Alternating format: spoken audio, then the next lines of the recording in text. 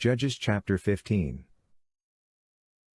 But after a while, in the time of wheat harvest, Samson visited his wife with a young goat. He said, "I will go into my wife's room." But her father wouldn't allow him to go in. Her father said, "I most certainly thought that you utterly hated her, therefore I gave her to your companion. Isn't her younger sister more beautiful than she? Please, take her instead."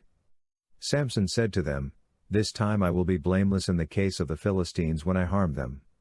Samson went and caught 300 foxes, and took torches, and turned tail to tail, and put a torch in the middle between every two tails.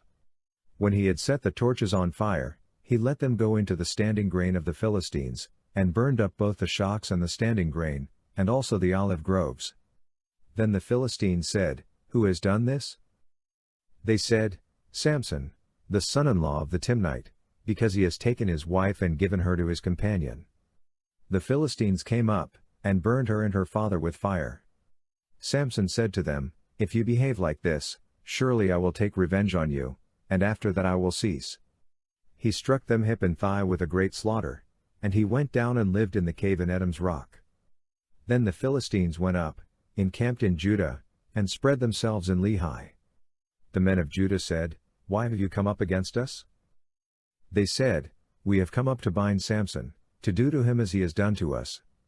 Then 3,000 men of Judah went down to the cave in Edom's rock, and said to Samson, "Don't you know that the Philistines are rulers over us?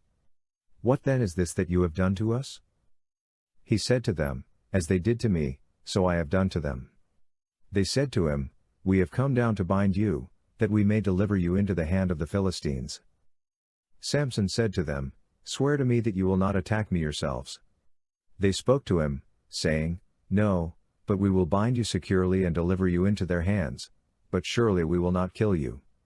They bound him with 2 new ropes, and brought him up from the rock. When he came to Lehi, the Philistines shouted as they met him. Then Yahweh's Spirit came mightily on him, and the ropes that were on his arms became as flax that was burned with fire, and his bands dropped from off his hands. He found a fresh jawbone of a donkey, put out his hand, took it, and struck 1,000 men with it. Samson said, "With the jawbone of a donkey, heaps on heaps, with the jawbone of a donkey I have struck 1,000 men." When he had finished speaking, he threw the jawbone out of his hand, and that place was called Ramat Lehi. He was very thirsty, and called on Yahweh and said, "You have given this great deliverance by the hand of your servant, and now shall I die of thirst, and fall into the hands of the uncircumcised?" But God split the hollow place that is in Lehi, and water came out of it.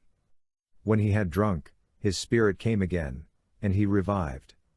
Therefore its name was called En-Hakkore, which is in Lehi, to this day. He judged Israel 20 years in the days of the Philistines.